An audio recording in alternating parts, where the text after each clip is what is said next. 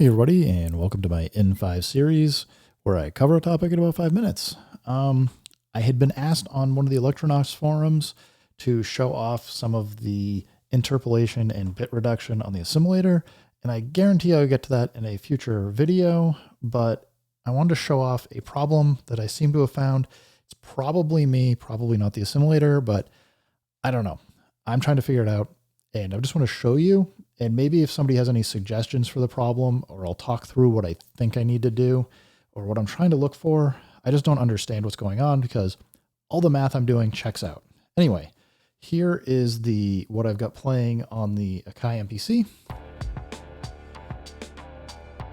Just 2 bars, 96 BPM, set to 90. Whoop, didn't mean to hit global, but it's set to 96 BPM.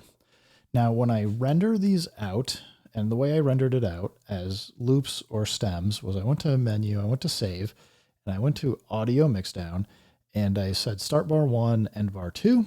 I have an audio tail of 0, which I know can cause some problems, but again, this is just for experimentation to make sure things work correctly.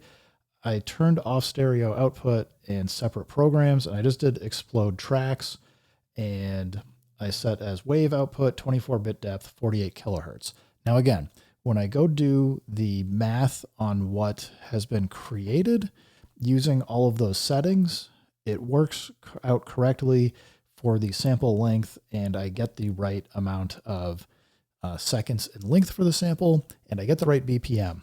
So it leads me to believe that these should work correctly. I have loaded these samples up into Ableton Live. They loop correctly. There's a couple weird oddities with how the MPC works, so the stems aren't perfect, but I'm not worried about that. What I want to show you, and I know you can't see everything that I have set up here on the Eurorack side, but I'm going to come over and I've got all of the loops. Well, I got 8 out of the 9 are looped to the Assimil8or and they're playing.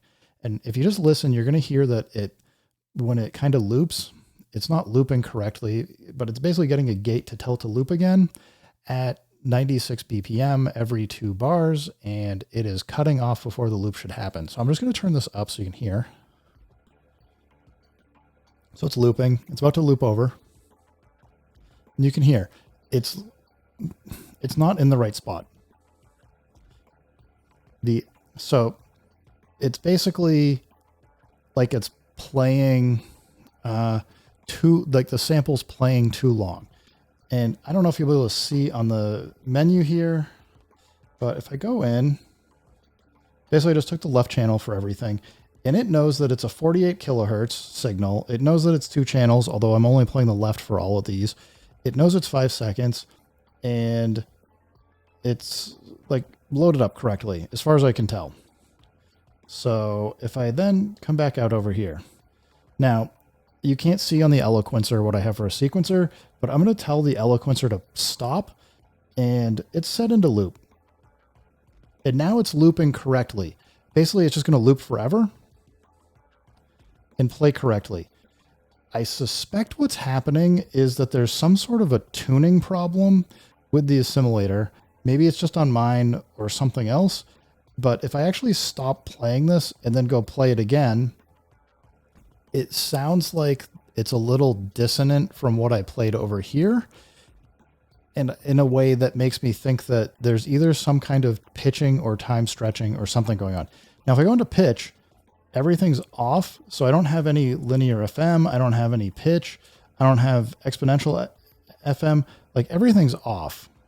And I'm just going to turn this back down.